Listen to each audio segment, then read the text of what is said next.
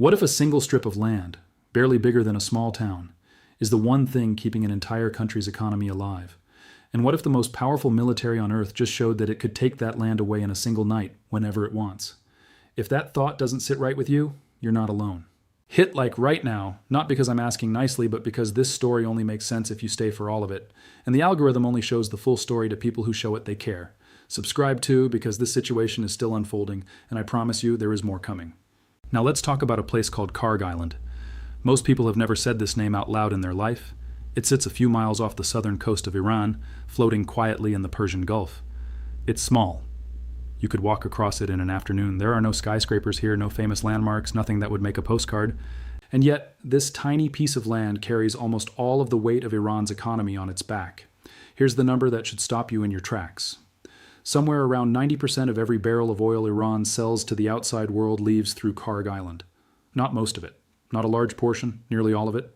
Picture a country's entire income, its government salaries, its military budget, its currency, its ability to buy food and medicine from abroad, all funneling through one narrow point on a map that most satellites could photograph in a single frame. That's why when American fighter jets lit up the sky above Kharg Island in the middle of March this year, it wasn't just another airstrike in a long list of airstrikes. It was something far more deliberate.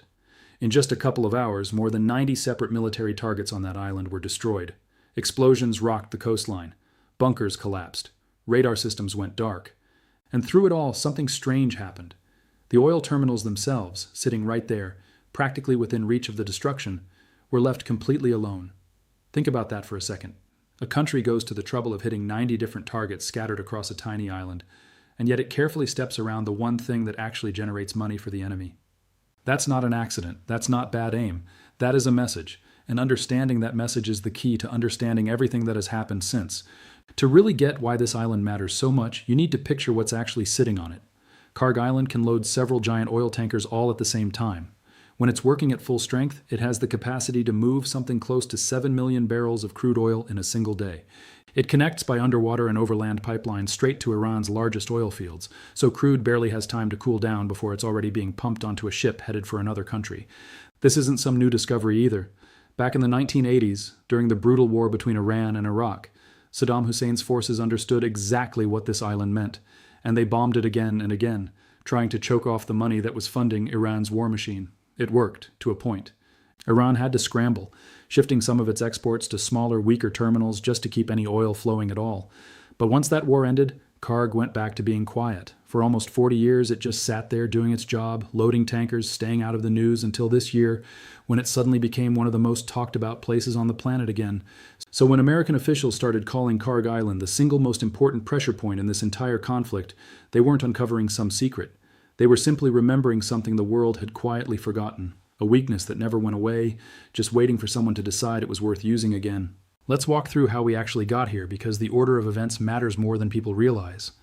In late February of this year, the United States and Israel launched a coordinated wave of strikes against military and nuclear-linked sites across Iran. It was the spark that lit the current conflict. Iran didn't sit back quietly. Within days, it turned its attention to the Strait of Hormuz, the narrow stretch of water that roughly a fifth of the entire world's oil and gas supply passes through every single day.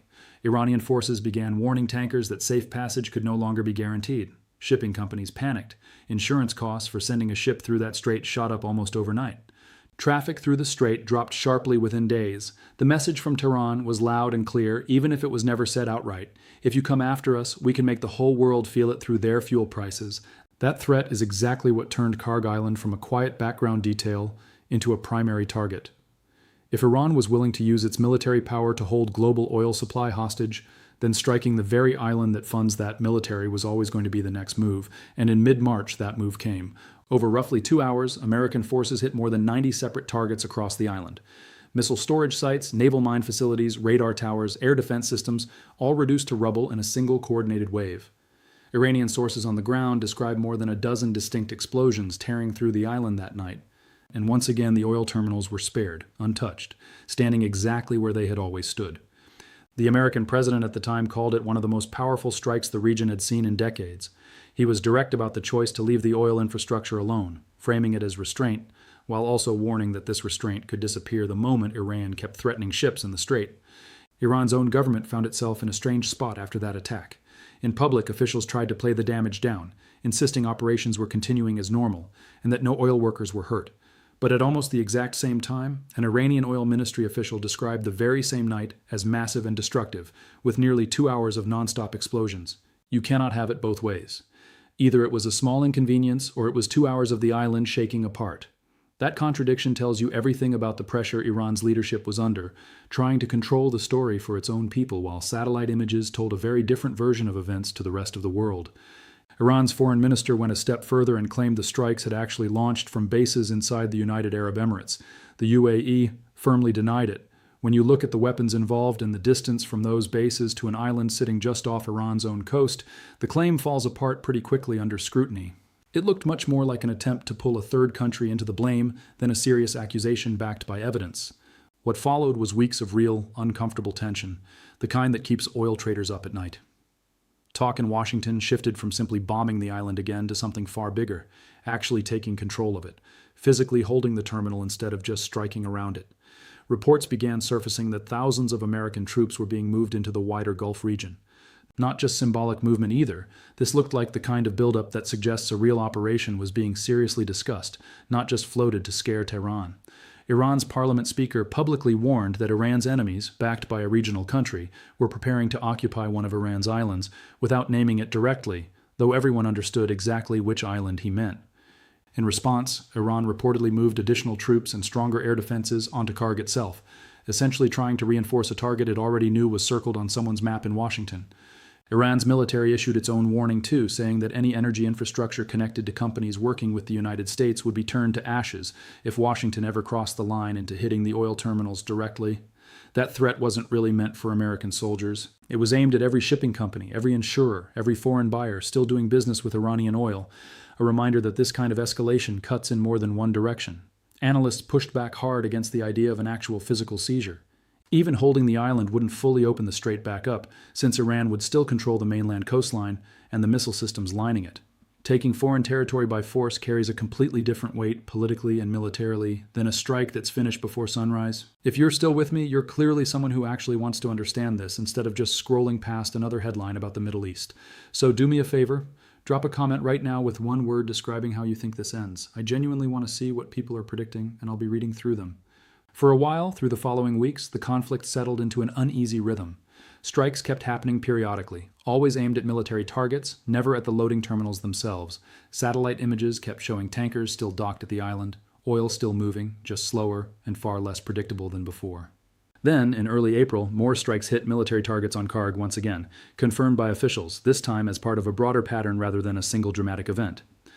By early July, the pressure ramped up sharply. A large-scale coordinated strike hit more than 80 locations across Iran in a single operation. Kharg Island was directly in that mix again, with fresh explosions reported through the early hours. This wasn't an isolated flashpoint anymore. It had become part of an ongoing pattern. Around the same time, the United States reinstated a full military blockade on ships entering and exiting certain Iranian waters, cutting off financial routes that had quietly let some Iranian oil slip out through alternative buyers. Then came something even more direct. American strikes hit an oil tanker that was reportedly on its way toward Kharg Island, along with coastal defense positions on a nearby island. That detail matters more than it might seem at first glance. Hitting a tanker before it even reaches the terminal is a different kind of pressure than striking bunkers on land. It shows a willingness to interrupt the supply chain out at sea, stretching this campaign beyond one small piece of coastline and into open water. By the middle of July, both sides were trading strikes for 6 straight days. Iranian authorities reported dozens of people killed and hundreds wounded inside Iran during this stretch of fighting. The ceasefire that had briefly existed between the two sides collapsed entirely. American officials warned that continued defiance from Iran could mean the loss of far more than military sites, hinting at infrastructure like bridges and power plants. That is a noticeably harder tone than the language of restraint used just months earlier. Oil markets reacted almost instantly to all of this. Crude prices climbed back up, driven largely by speculation over whether an actual seizure of the island was finally about to happen. Gasoline prices jumped. Heating oil rose even more sharply in some regions. Analysts began describing the disruption to Iranian exports as one of the most significant supply shocks the oil market had experienced in years, a comparison that isn't made lightly. So how do you even pull off more than 90 strikes on such a small stretch of land without so much as scratching the oil terminals sitting right next to them? Picture a crowded parking lot where almost every vehicle is completely legal, and only one row happens to be full of stolen cars that need to disappear without a single scratch on anything nearby. That's roughly the level of precision this requires. Guided weapons with extremely tight margins, constant confirmation from satellites and drones before anything is fired, multiple careful passes instead of one broad sweeping attack. The facilities that were actually hit, the missile bunkers, the mine storage, tend to sit in reinforced structures, partly because Iran had already suspected this island might become a target and had prepared for it in advance. It's also worth pausing to notice just how restrained this entire campaign has been compared to what a fully unrestrained attack could have looked like. If the only goal from day one had been maximum economic damage, the fastest and cheapest path would have been a handful of strikes directly on the loading terminals. No need for dozens of careful passes against hardened military targets scattered across the island. Instead, every single wave of strikes has gone out of its way to leave the export infrastructure standing.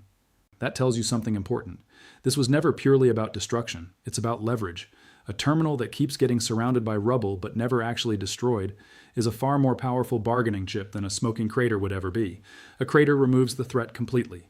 An intact terminal sitting inside a demolished perimeter is a constant, visible reminder of exactly how much worse things could still get. It's a bit like leaving the cash register untouched while quietly disabling every lock, camera, and alarm system around it. Everyone in the room understands the money is still there, and everyone understands exactly how easy it would now be to take it. This story doesn't stop at Iran's coastline, though. The ripple effects travel much further than most people realize, and this is honestly one of the most underappreciated parts of the whole situation. China buys a large share of the oil that moves through Kharg Island, with Iranian crude making up a meaningful slice of everything China imports by sea. Every time Kharg goes quiet, whether from direct strikes or simply from tanker crews getting too nervous to show up, that's a direct hit to Chinese energy planning. This helps explain why Chinese officials have repeatedly called for shipping lanes in the region to stay open, while carefully avoiding any actual military involvement on Iran's side. It's an uncomfortable balancing act, publicly calling for calm, while quietly remaining one of the few major economies still willing to buy discounted Iranian oil despite the obvious risk. Meanwhile, inside the Gulf region itself, alliances that are supposed to be solid have grown surprisingly shaky. Saudi Arabia and the United Arab Emirates have drifted apart over the course of this year, backing opposite sides in conflicts happening elsewhere in the region. Tension between them escalated further after a strike involving Saudi forces hit an Emirati weapons shipment, pushing the UAE to pull its forces out of a nearby conflict entirely.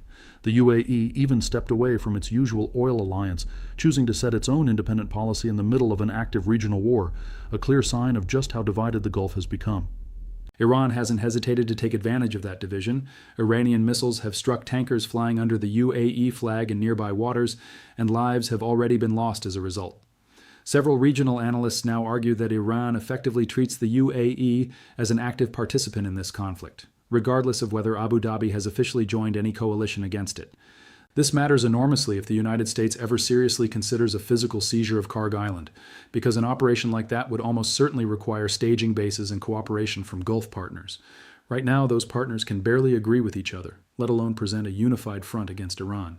You can position all the troops and ships you want, but without a coordinated coalition standing behind that hardware, it can sit ready for a very long time before it's ever actually used.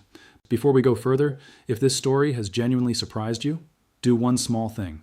Send it to somebody who still thinks this is just a distant, small, regional argument that doesn't affect them, because what happens on that tiny island ends up affecting fuel prices and shipping costs almost everywhere on Earth. So where does this actually go from here? There are really three ways this keeps unfolding. The first is more of the same, a continuing cycle of precision strikes that keep weakening Kharg's military defenses and occasionally disrupt tanker loadings for days or weeks at a time, without ever crossing the line into hitting the terminals directly or fully occupying the island. In many ways, this is the safest path for Washington. It keeps enormous economic pressure on Iran without triggering the kind of full occupation scenario that analysts keep warning could backfire badly. It also lets officials keep describing their approach as restrained, even as the pressure quietly keeps building underneath the surface.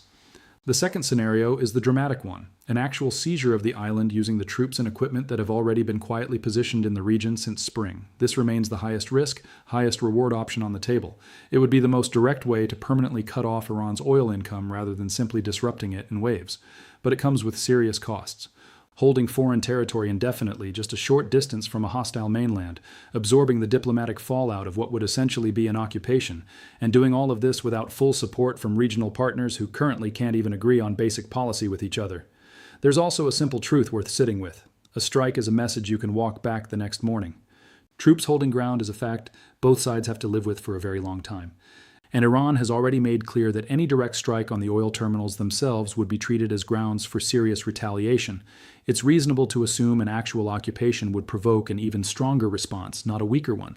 The third scenario, and honestly the one that might have the best chance of ending this particular chapter of the conflict without either side needing to dramatically back down, is that the economic pressure alone becomes unbearable for Iran before Washington ever needs to seize anything. A government this dependent on a single source of income can only absorb so many disrupted shipping days before the gap between confident public statements and the real export numbers becomes impossible to hide. And that is usually the exact point where negotiated settlements start looking a lot more appealing than they did just a few months earlier. There's a fourth angle worth thinking about too, one that gets discussed the least but might matter the most if you're trying to actually predict what happens next.